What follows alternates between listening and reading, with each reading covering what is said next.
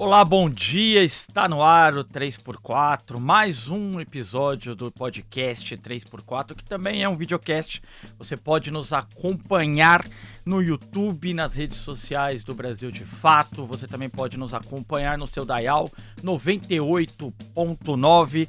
Estamos no ar comentando as principais notícias do país, a agenda política do Brasil, tudo isso por uma perspectiva popular, tudo isso pela perspectiva do Brasil de Fato. Aqui já estamos no ar e com a companhia, compondo essa mesa da nossa comentarista fixa, que fazia algum tempo não aparecia por aqui, Juliane Furno, economista, professora de economia na Universidade Federal Fluminense. Ju, bom dia. Bom dia, Igor. Bom dia a todos os ouvintes.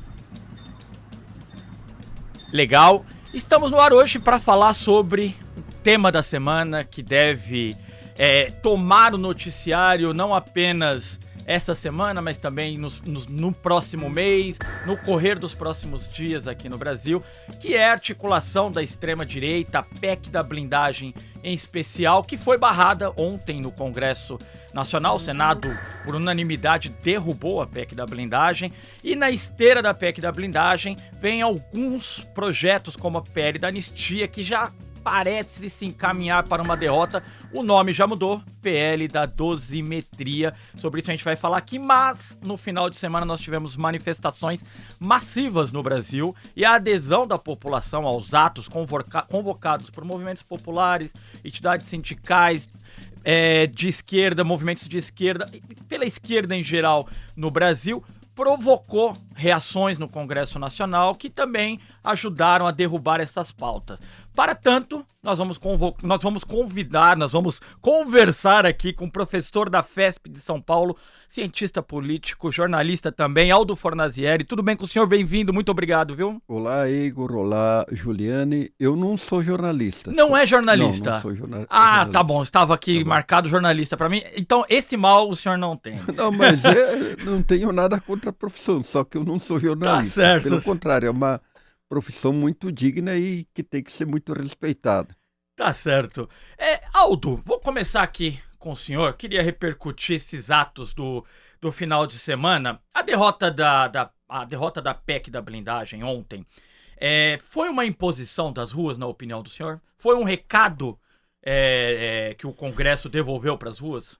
Eu acho que em parte foi, mas não totalmente, porque já na semana passada, vários senadores, inclusive alguns senadores conservadores, se manifestaram contra a PEC da blindagem, que é a PEC da bandidagem. Quer dizer, ficou evidente que essa PEC, além de ser um retrocesso democrático, quer dizer, muitos argumentaram que lá no início da Constituição de 88 tinha essas prerrogativas, mas o mundo muda e a democracia ela precisa avançar, quer dizer, então o sentido do avanço da democracia é por mais transparência e por mais controle popular sobre os eleitos. E essa PEC retornava para trás. Então, ela era um retrocesso, além de abrir as portas, nesse momento, para o crime organizado, para as organizações criminosas ou se refugiarem nos parlamentos, porque, quer dizer, se ela fosse adiante, provavelmente as assembleias legislativas também adotariam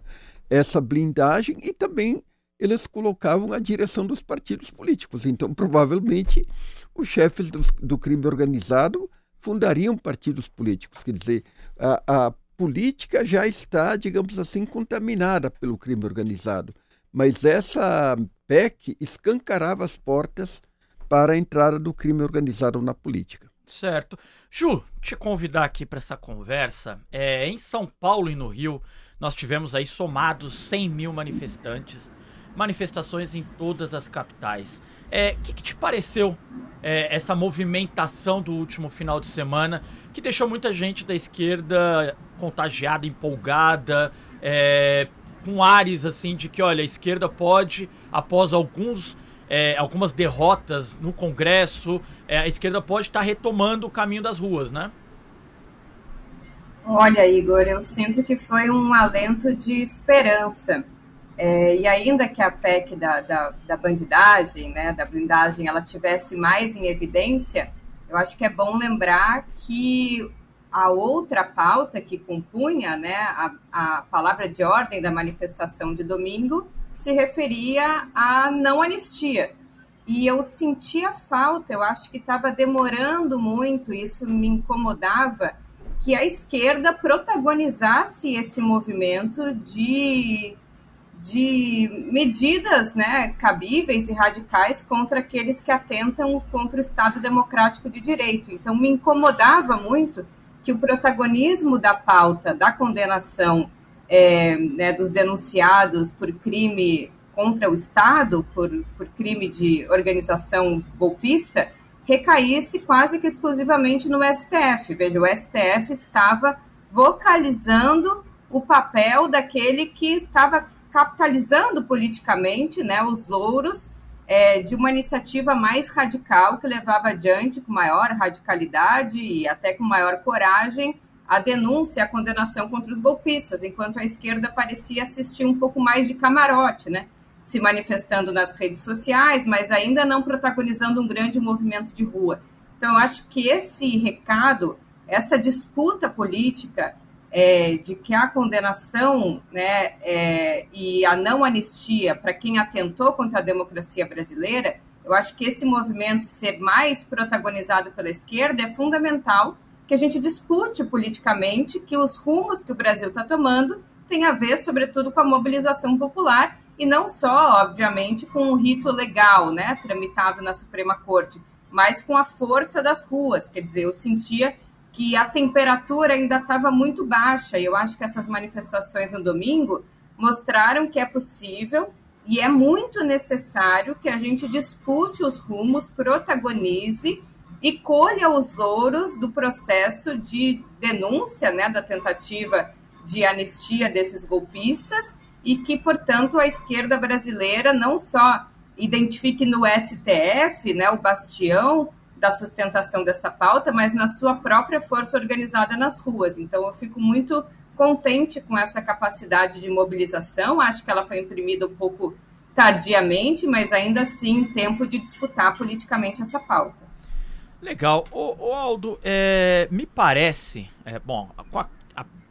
com a queda da PEC da blindagem no Senado, o PL da anistia já mudou o nome para PL da dosimetria, está nas mãos do Paulinho da Força, que não é um parlamentar confiável, então não sabemos o que esperar, à direita ou à esquerda, não é um parlamentar confiável, ainda mais aliado a figuras como Aécio Neves, Michel Temer, Hugo Mota, mas caminha para que não haja anistia, não haja um perdão aos golpistas do 8 de janeiro de 2023, tampouco ao Jair Bolsonaro. A derrota da PEC da blindagem, também chamada de PEC da bandidagem, e do PL da dosimetria em sequência, fragiliza em que grau a extrema-direita no Congresso? O senhor acredita, por exemplo, que o Centrão pode começar a alijar a extrema-direita e deixá-los um pouco mais isolados no Congresso? Uhum. Bom, eu queria retomar um pouco isso que a Juliane estava falando. Claro. De fato, eu acho assim que a esquerda vinha terceirizando o problema do enfrentamento da direita e da defesa da democracia para o STF.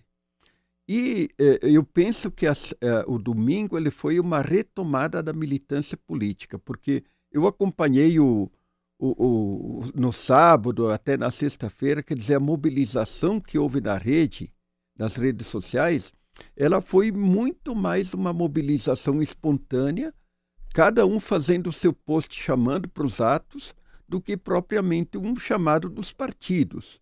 Então eu acho assim que essa espontaneidade, essa reação espontânea, ela foi muito significativa e muito importante, e foi exatamente isso que fez com que muita gente fosse para a rua. Porque a semana passada ela tinha sido muito ruim para o governo. O governo tinha perdido 2 votações importantíssimas no Congresso, exatamente a PEC da blindagem e a urgência da aprovação do projeto da anistia. E, além disso, tinha saído uma pesquisa da Quest que mostrava que nem o governo e nem o Lula tinham conseguido ganhar pontos com esse processo todo. Sim. Então, eu acho assim que houve esse despertar da militância, do ativismo político, do ativismo de Uhum. esquerda, do ativismo popular e do ativismo democrático. Então, me parece assim que foi isso que deu um impulso às mobilizações da rua. Quanto digamos assim, a esse desdobramento, veja o seguinte, quer dizer, a centro-direita no Brasil, faz tempo, ela foi polarizada pela extrema-direita. Boa parte do PSDB, que era um partido que nasceu com a ideia de social-democracia, ele foi capturado pelo bolsonarismo desde 2018. E o Centrão, então, ele estava fazendo completamente o jogo da extrema-direita, do bolsonarismo. Eu acho assim que é, é, a ação do Eduardo Bolsonaro, quer dizer, essa ideia de que eles estavam jogando contra o Brasil, que estavam traindo o Brasil, mesmo aquela reação nas redes de que não se queria fazer com que os ricos pagassem impostos, foram alguns sinais de que alguma coisa estava mudando. E aparentemente, então, agora, porque na verdade, no jogo político, principalmente nas proximidades das eleições, você tem que olhar quais são os polos de atração, digamos assim, de apoios. E a direita parecia que vinha, principalmente com a ideia da candidatura do Tarcísio, que ela vinha, digamos assim, polarizando o centro. Sim. Na medida em que o Tarcísio entrou muito mal na questão do tarifaço, tudo mais e tal, então eu acho assim que setores do centro político começaram a ficar preocupados. E essa reação à PEC da bandidagem, essa tentativa digamos assim, de inviabilizar a própria anistia nos termos que a extrema-direita colocava, Uhum. e mais as manifestações de rua, quer dizer, começaram a movimentar a centro-direita no sentido de um descolamento da direita. Perfeito. E isso, o senhor citou o Tarcísio e essa dificuldade que ele está até agora, né? É, Até essa semana, ele tem tido dificuldade de lidar com essas pautas que estão exatamente. trazidas pela Uhum. extrema-direita. A gente vai falar disso daqui a pouco. Agora eu vou abrir espaço aqui para chamar. Eu bati um papo ontem com a deputada federal Sâmia Bolfin, do pessoal aqui de São Paulo. A gente repercutiu um pouco as manifestações, falou um pouquinho sobre o ambiente no Congresso. Vamos escutá-la. Com alegria, eu recebo aqui a deputada federal Sâmia Bolfin, do PSOL de São Paulo, para repercutir um pouco mais do que nós estamos falando no estúdio, as manifestações do último final de semana, as pautas exploradas pela extrema-direita. Sâmia, muito bom dia, muito obrigado por participar aqui do 3x4. Oi, Igor, muito obrigada. Bom dia a todos que nos escutam e nos assistem. Legal. Sam, eu queria começar repercutindo o que nós estamos falando no estúdio contigo, uma visão de dentro do parlamento. Como que você recebeu essas manifestações do último final de semana? Há um consenso de que foi surpreendente os números. A esquerda trabalhava com a ideia de que as pautas, de fato, havia muita rejeição às pautas exploradas pela extrema-direita no último período, a insistência com a taxação, o Eduardo Bolsonaro jogando contra o país lá nos Estados Unidos, a PEC da blindagem, o PL da anistia, que comprovadamente em pesquisas é rejeitado pela população. Queria saber, apesar disso, te surpreendeu o tamanho das manifestações? Bom, primeiro, acho que pessoalmente, para muita gente é muito revigorante e animador, né, ver o povo brasileiro, a esquerda, com capacidade de reunir e mobilizar tanta gente num domingo em diferentes capitais, mobilizando artistas, movimentos, cidadãos. Então, em primeiro lugar, eu acho que é isso, é revigorante e muito animador.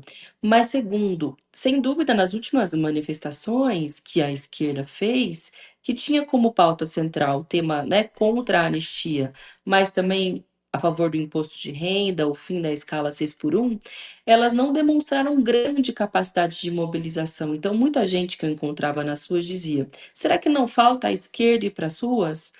Acho que sim, faltava construir ali um calendário, né, uma jornada de lutas, mas também não é verdade que não se tentou ir para as ruas.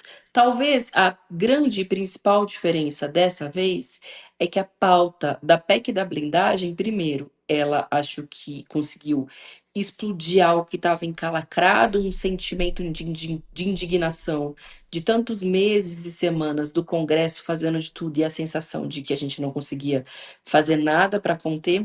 Mas, segundo, a PEC da blindagem, ela transbordou o próprio tema da anistia ou as pautas com as quais a gente vinha trabalhando, porque escancarou o porquê que no Congresso Nacional não se avança com absolutamente quase nada que é útil para o povo, porque sim, tem uma visão completamente distorcida, mas essa é a realidade, de utilizar um Congresso como um escudo, não só para proteger crimes, mas um escudo para manutenção ou perpetuação dos poderes, sejam eles do crime organizado, sejam eles dos poderes que os coronéis Brasil afora conseguem instituir.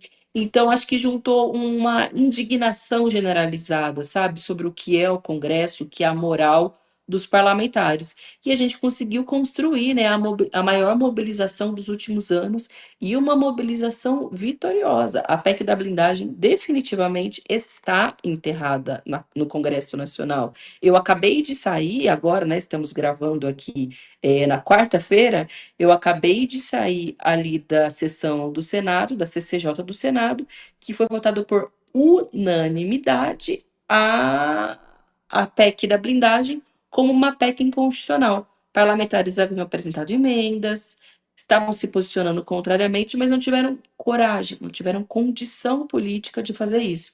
Isso é uma vitória da nossa mobilização e da sociedade brasileira, né, que se despertou e está em luta agora. Legal. E você acha que, Sâmia, a diferença da votação na Câmara para o Senado foi o ambiente da manifestação? Eu não tenho a menor dúvida. Assim, logo no dia que foi aprovado aqui na Câmara, que foi na madrugada de terça para quarta, o plenário estava muito esvaziado, mas eu me lembro de comentar, e enfim, ouvi comentar meus colegas que estavam ali obstruindo, lutando contra ela, de que não é possível que vai ficar por isso mesmo. Ao mesmo tempo em que nós estávamos ali na tribuna, estava acompanhando nas redes sociais, já era o assunto mais comentado nas redes. No dia seguinte, artistas entraram em cena. Paralelamente a isso, nosso mandato decidiu organizar um abaixo-assinado que, em menos de uma semana, ultrapassou 1,5 milhão de assinaturas. Então, eram sintomas, né, muito evidentes de que aquilo tinha um caldo político muito grande na sociedade. E hoje, senadores que haviam apresentado emenda retiraram. Cobertura da imprensa, atos no final de semana, foi uma vitória como poucas vezes a gente tem condição de ver. Acho que a última dessa magnitude e fruto de uma ampla mobilização, que eu me lembre, né, que eu esteja aqui na Câmara, foi contra o PL do estupro, o PL 1904, que a Câmara aprovou regime de urgência, as mulheres brasileiras tomaram as ruas, e aí, à época, o presidente da Câmara, Arthur Lira, não teve condições de colocar o mérito para votar, e o projeto está ali, dormindo em berço esplêndido em alguma gaveta da Câmara. Eu acho que o principal recado e a lição disso tudo é que lutar e se mobilizar vale a pena, porque às vezes há um desânimo, e eu acho completamente natural. A vida nos chama para outras coisas, há uma descrença, um descrédito, mas exemplos concretos de que mobilizar vale a pena. E segundo, a extrema-direita, ela está na ofensiva, sobretudo depois da decisão do Supremo Tribunal Federal, que condena Bolsonaro e os demais golpistas, dentre eles membros das Forças Armadas. Nunca o Brasil viu isso acontecer antes. Então, óbvio que eles é que estão na defensiva. O medo e o problema está com eles. Então, o momento da gente ir para a ofensiva, definitivamente agora. Até porque eles já se organizam, né, para tentar retomar o poder em 2026. Estão cogitando novos nomes, né, para disputar o espólio do bolsonarismo. As eleições do ano que vem precisam ser feitas a quente. O que eu quero dizer com isso? Tem que ser num clima, né, de mobilização, porque é isso que, na verdade, faz sentido e que faz a diferença para ganhar ou perder, seja a eleição ou seja um projeto grave, né, como era esse, o da PEC da blindagem. Então, acho que esse é o principal recado e a principal lição, né, desses últimos dias. Ô Sâmia, você falou agora, puxou, me deixou um fio aí para onde eu queria levar a conversa. Te agradeço. Nós estamos há exatamente um ano da eleição. E, bom, eu cubro política há algum tempo, você está dentro da política há muitos anos. Eu tenho achado um pouco curioso. A política no Brasil hoje ela é jogada num ambiente extremamente profissional. Eu acho muito curioso os últimos gestos da extrema-direita, principalmente quando esses gestos passaram a ser encabeçados pelo Eduardo Bolsonaro. Então você tem uma ida do Eduardo Bolsonaro fugindo do país para os Estados Unidos, de onde, estranhamente, ele, vestido de nacionalista, começa a jogar contra os interesses do país. Aí me parece um erro de cálculo, inclusive subestimando a inteligência da população, do eleitorado brasileiro, né? Falando aqui de cálculo eleitoral, então, do eleitorado brasileiro.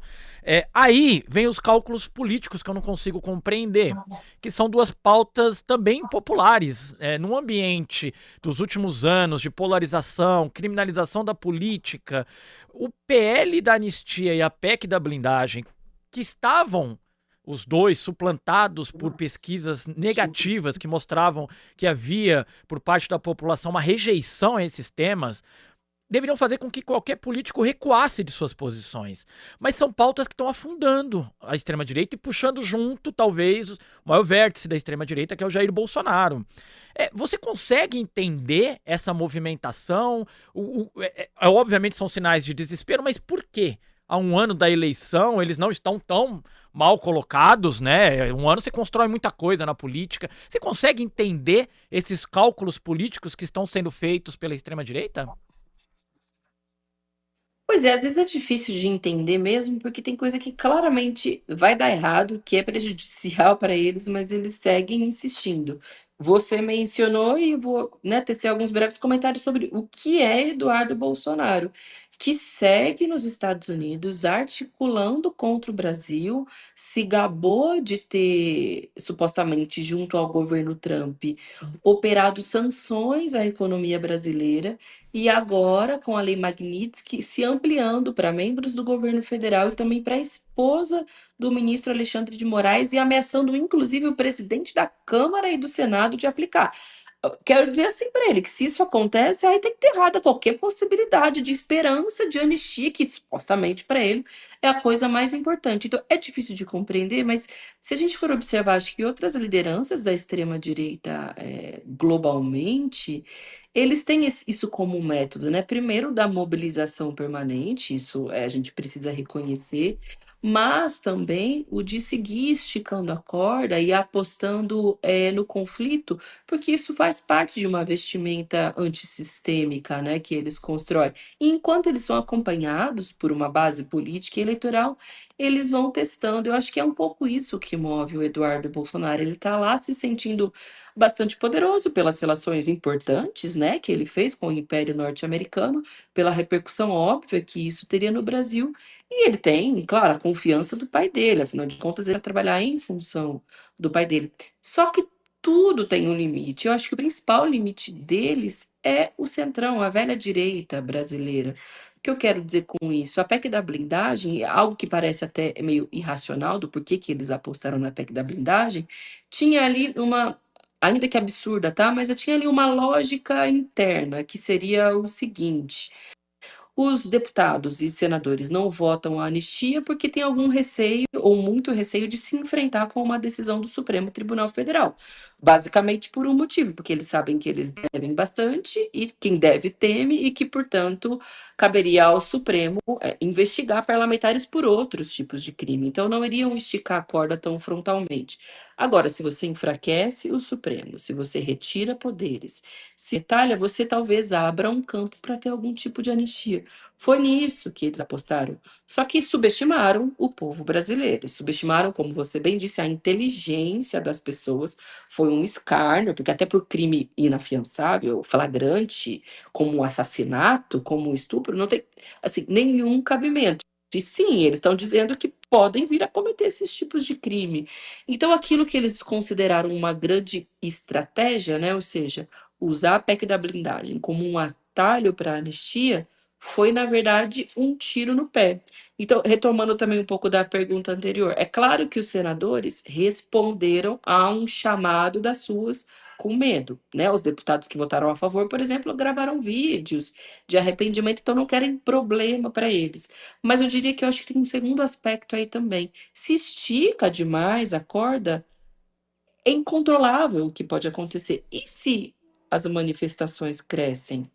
E se há uma condição insustentável para que a saída que eles querem para a anistia siga sendo costurada, né, de alguma forma pelo andar de cima? Aquela fotografia Temer, Paulinho da Força e Aécio Neves é um sinal de que eles querem encontrar ali uma mediação entre Supremo, Congresso, Senado e bolsonarismo, né, e extrema-direita, para ter ali uma redução de penas. Se o povo continua esticando a corda ao seu modo, seja fazendo mobilização, pode ser que eles não consigam essa saída palaciana. E aí eu vou te dizer, tomara que não consigam, porque a saída sendo ditada pelo quarto poder, que é o poder das ruas, é o que os constrange, é o que nos faz de fato arrancar vitórias.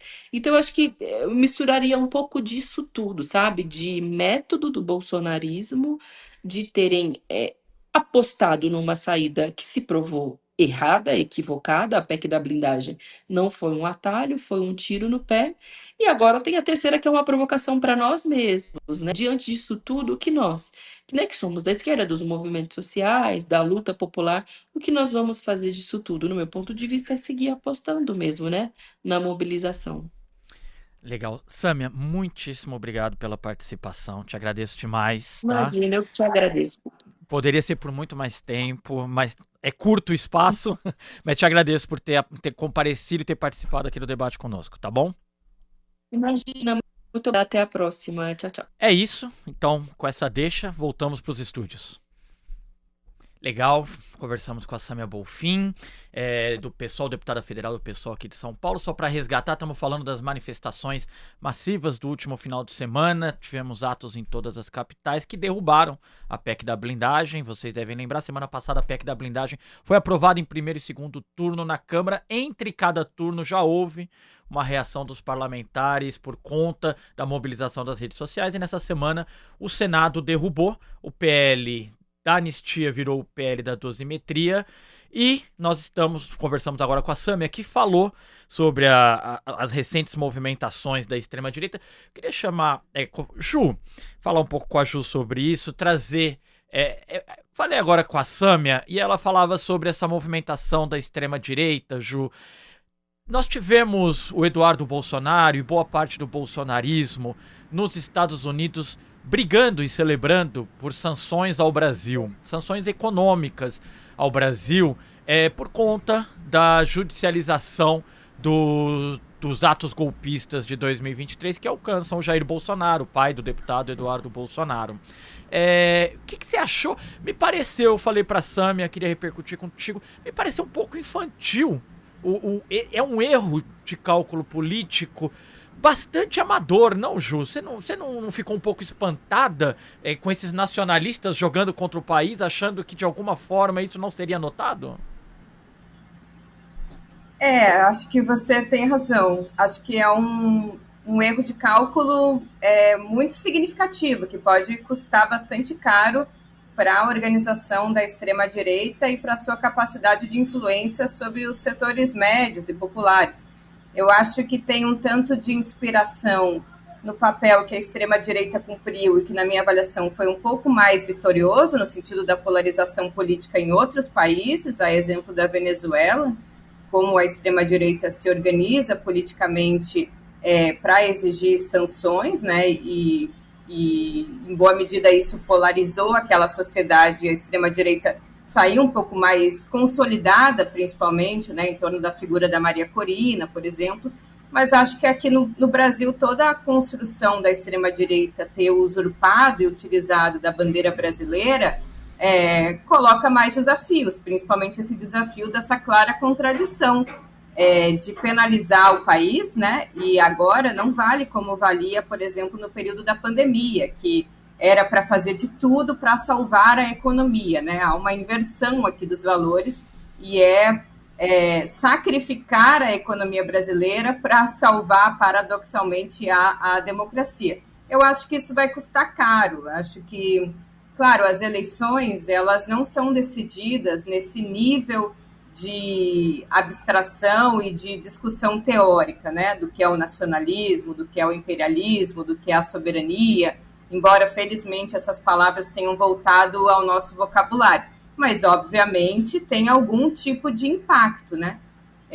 Que eu acho que pode custar bastante caro. Então, eu acho que foi um erro de cálculo e partindo de uma premissa de que o governo Trump teria compromisso com os setores bolsonaristas, né? E eu acho que é bom lembrar que os Estados Unidos têm nos Estados Unidos o seu interesse prioritário, né? Em segundo lugar, nos Estados Unidos, e em terceiro lugar, nos Estados Unidos. Portanto, o governo Trump não seria confiável no sentido de se sacrificaria ou levaria adiante uma pauta de perfeita adesão à pauta bolsonarista, né, e aos desígnios bolsonaristas no Brasil, levando em consideração que eles também fazem cálculos de melhor reposicionamento em termos internacionais. E isso ficou selado agora com a fala do Trump na ONU, sinalizando algum tipo de aproximação com o governo Lula no Brasil.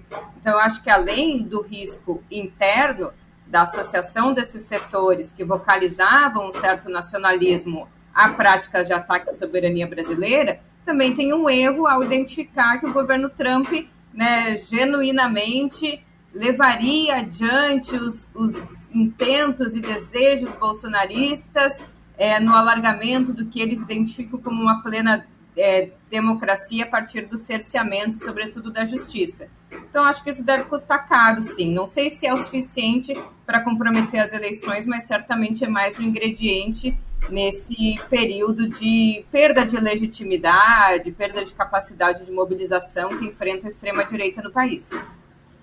Ótimo, Ju, obrigado. Aldo, primeiro, nosso chat movimentado, eu vou ler dois. A Valdirene Rodrigues está dando um bom dia aqui pra gente. O Tchê dizendo que Santa Teresa do Rio de Janeiro está presente. Santa Teresa ali perto da residência de Juliane Furno, no Rio de Janeiro. Aldo, esses movimentos da extrema-direita repercutindo aqui contigo, a PEC da blindagem, no momento que o país, principalmente pós-Lava Jato, né, se discutiu muito e se criminalizou muito a classe política. Então, não te parece, o senhor que acompanha como cientista político, não como jornalista, né, Aldo, a política há muito tempo, não te parece uma movimentação, um cálculo político que não coaduna com a política brasileira de hoje, feita com cálculos científicos quase, né? Muito profissional hoje os movimentos políticos. Não te parece que houve um erro aí amador?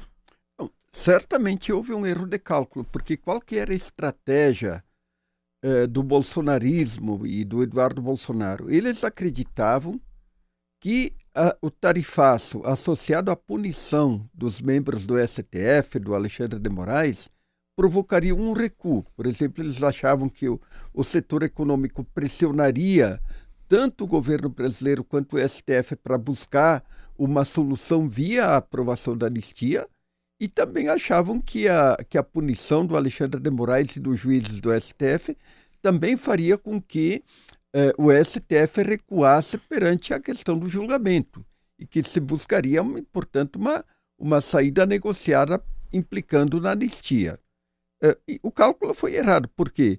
Porque não houve uma pressão grande do setor econômico atingido pelo tarifaço sobre o governo, nem dos trabalhadores, não houve mobilização popular, pelo contrário, houve um efeito de repúdio, né, ao tarifaço, tudo mais e tal, e os ministros do Supremo não recuaram. Então, ali a estratégia do bolsonarismo desmoronou, porque o tarifaço e a punição dos ministros do STF não deu o efeito que eles esperavam, mas de fato eles esperavam isso, que com isso colheriam um projeto de anistia. Então, eu acho que a questão da PEC, da blindagem, da bandidagem, ela foi... Porque veja o seguinte, que se você olhar as movimentações que estão ocorrendo no STF, principalmente por parte do Flávio Dino, há um número muito significativo de parlamentares que estão sendo investigados. Sim. Por conta das emendas PIX, tudo mais e tal. Então, também é uma reação corporativa, particularmente da Câmara, menos do Senado, porque quem está mais sendo investigado são deputados, é um número significativo, e esse número pode aumentar. Então, também foi uma reação corporativa visando se proteger.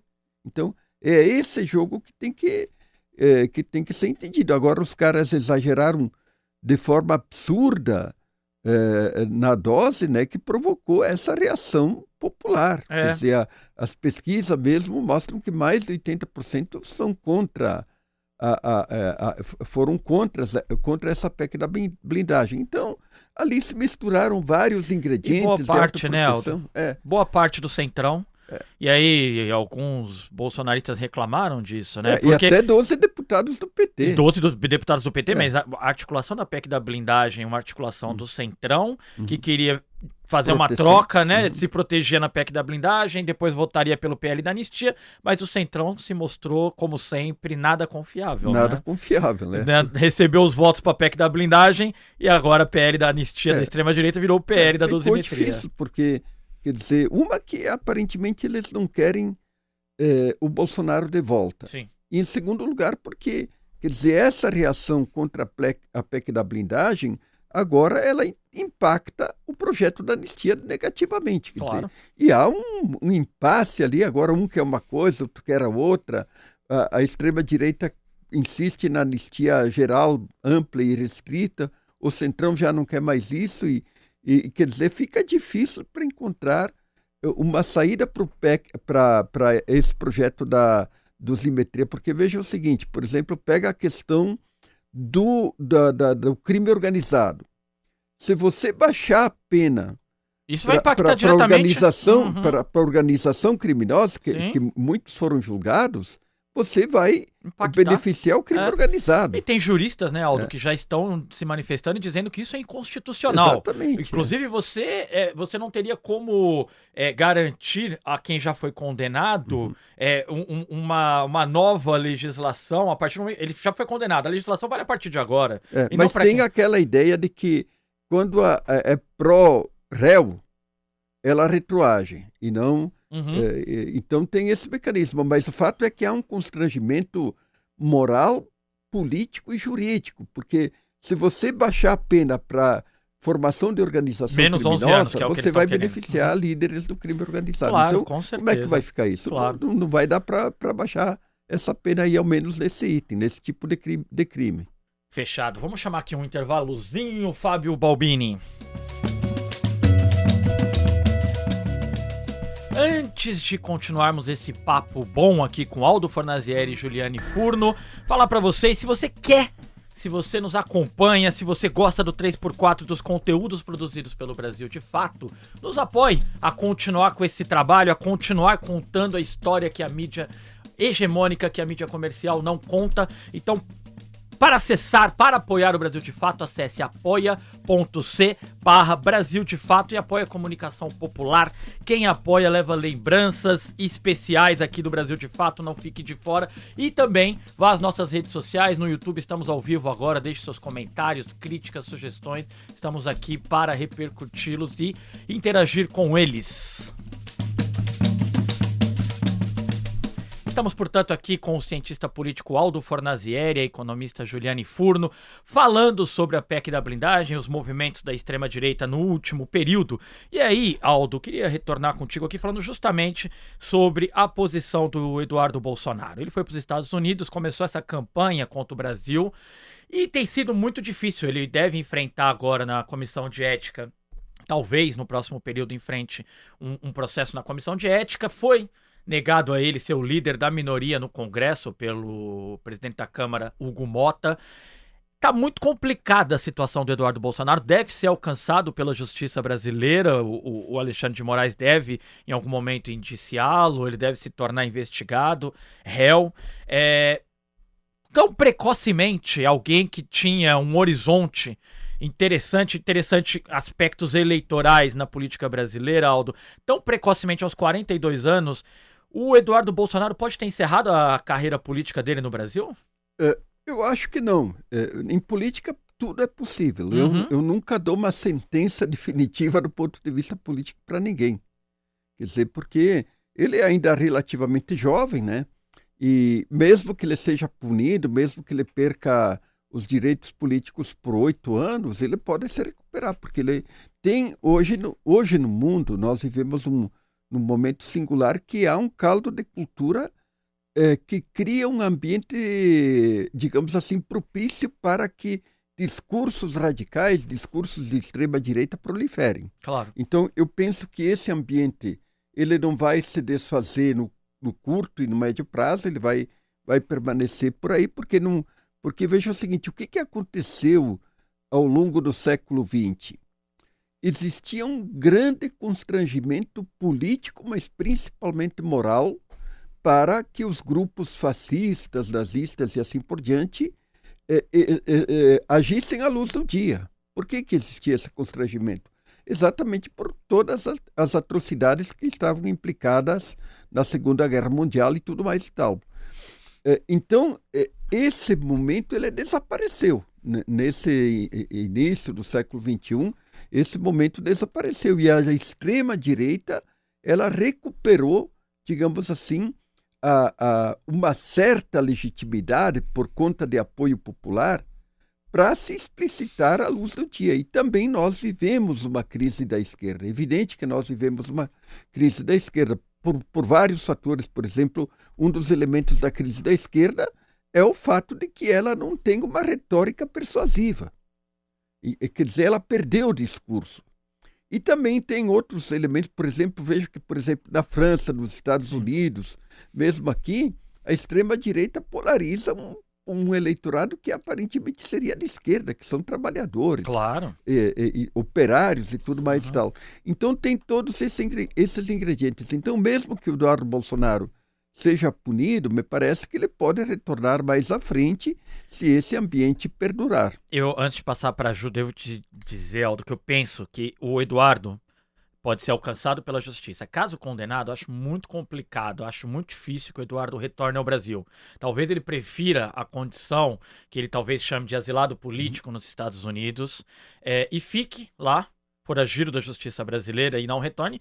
E essa condição de não disputar, ficar inelegível por 8 anos, ela, obviamente, ela é determinada a partir do momento da prisão, do cumprimento da pena.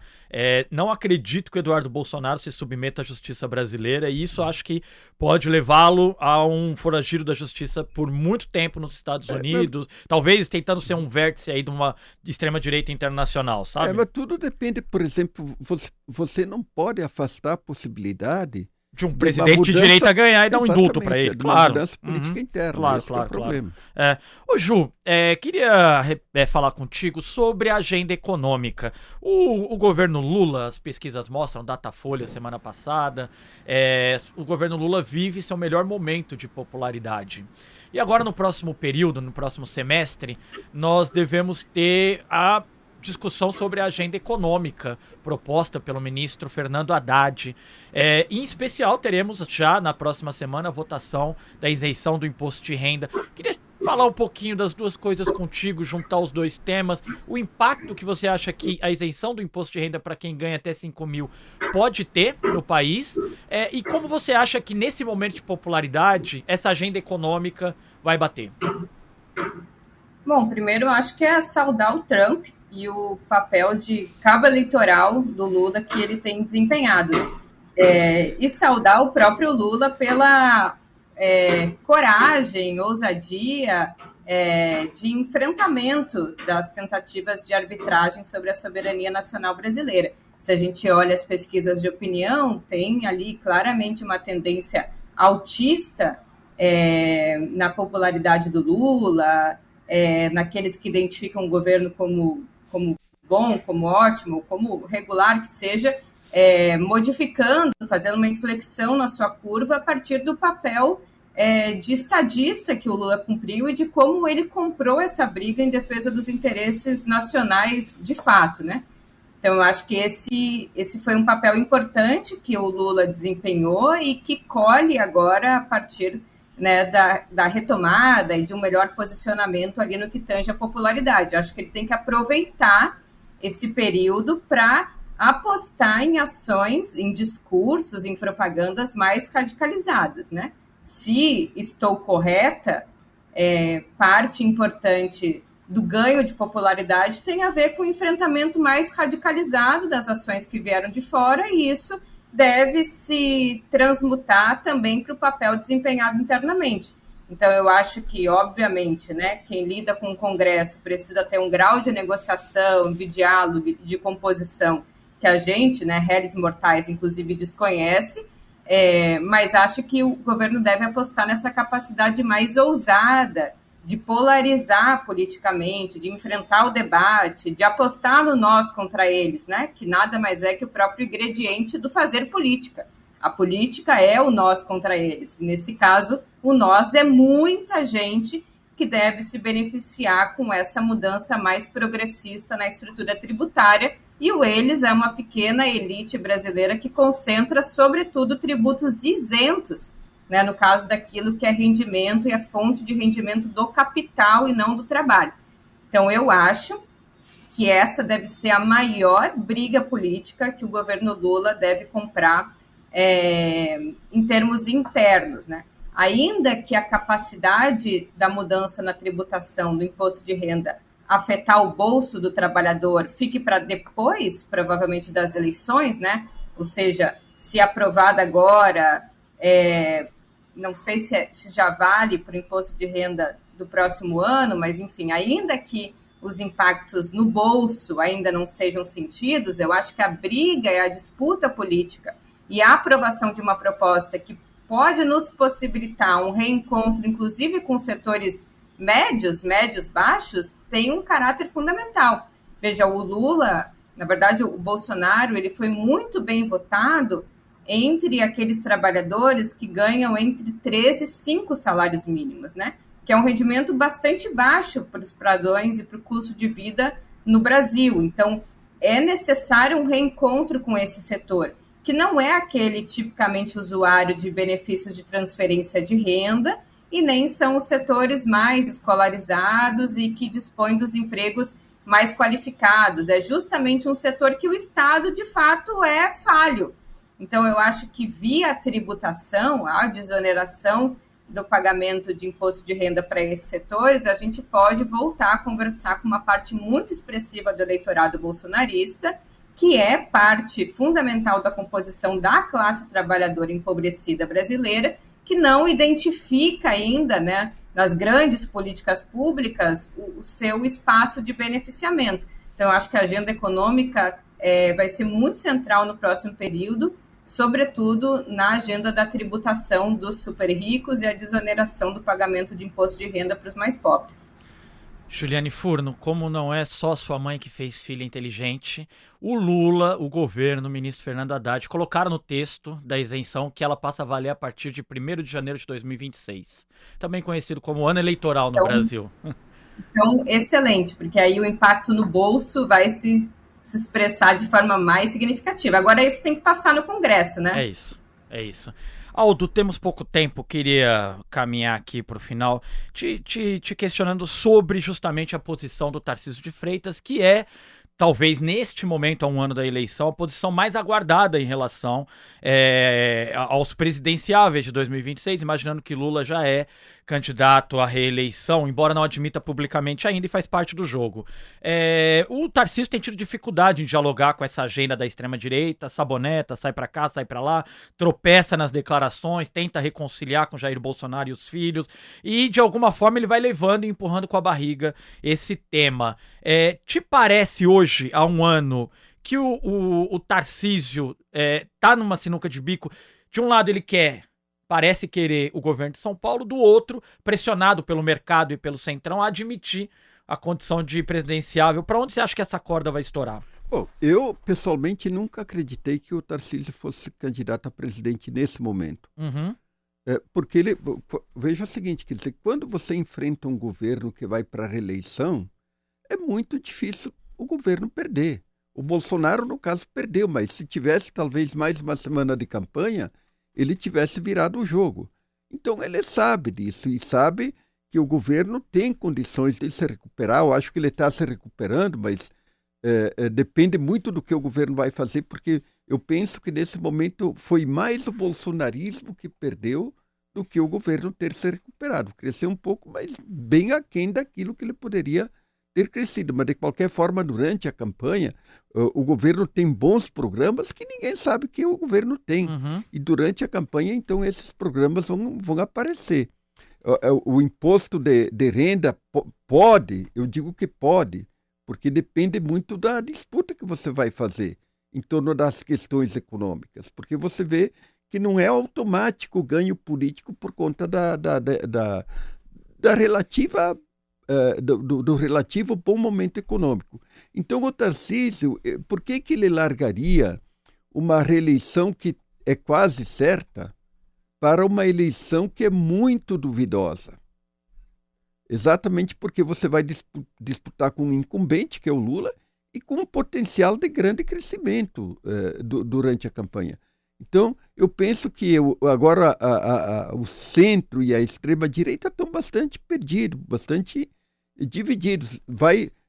Eu acredito que vão surgir 3 ou 4 candidatos, e não um candidato capaz de unificar.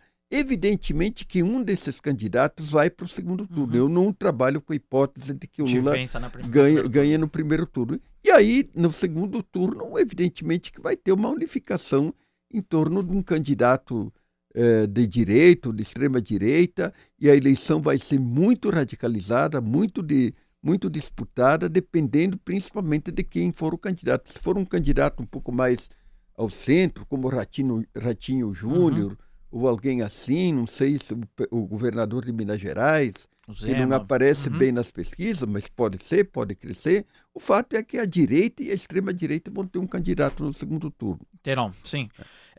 Caminhando aqui para o final, então vamos agora às dicas culturais. Começar aqui, então, pelo professor Aldo Fornazieri. O que o senhor trouxe para a gente hoje, professor? Bom, como a Juliane. A Juliane, não, a outra moça que me contatou, a Letícia. A Letícia. Nossa produtora Letícia Holanda. Eu poderia Holanda. falar sobre qualquer coisa. Qualquer coisa, professor. Fique à vontade.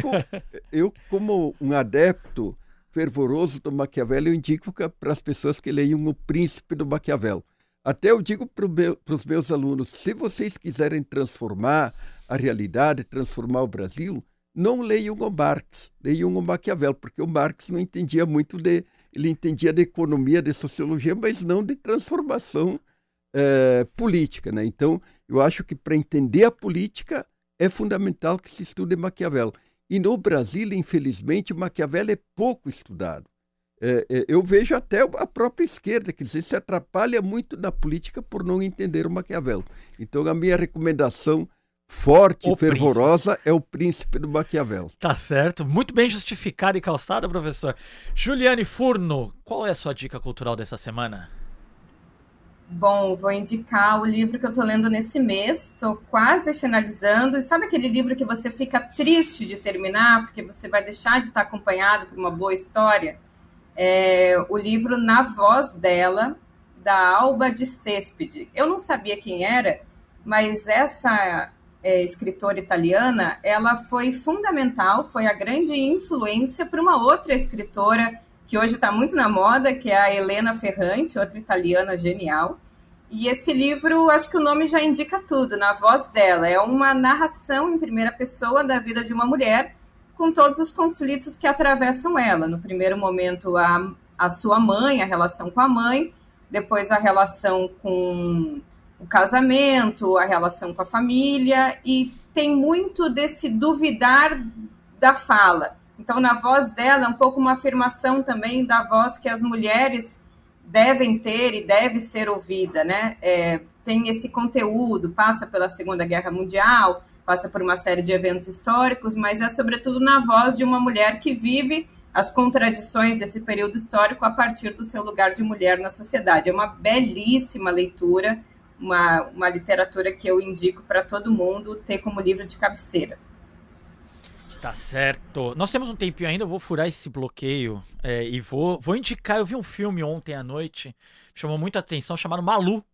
A história de uma ex-atriz, uma atriz com dificuldades na carreira, e aí ela mora com a mãe dela, e a filha vem de viagem, então passa a morar ela, a mãe e a filha. A mãe é uma mulher extremamente conservadora no Brasil, deste período que vivemos, e elas moram numa favela, e são as frustrações dessa avó, Aldo, os sonhos da mãe, da filha dessa mulher, que é uma ex-atriz, e a filha muito jovem, com 20 anos, que pensa o mundo, ela é muito progressista, então o encontro dessas 3 mulheres, o filme se passa praticamente inteiro dentro da casa delas, nessa favela, um filme muito bom, um filme nacional brasileiro, um filme muito bom, indico, e assim, agradeço a sua presença, Aldo, muito obrigado por ter aceito o convite. Ju, muito obrigado por ter aceito o convite. Então é isso, chegamos ao fim deste episódio do 3x4 do Brasil de Fato. E para continuar acompanhando a cobertura do Brasil de Fato, sobre os principais temas políticos do Brasil e do mundo, a agenda política do país, acesse www.brasildefato.com.br. E sobe o som pra gente dar os créditos aqui, né, Fábio? O 3x4 é apresentado e roteirizado por mim, Igor Carvalho.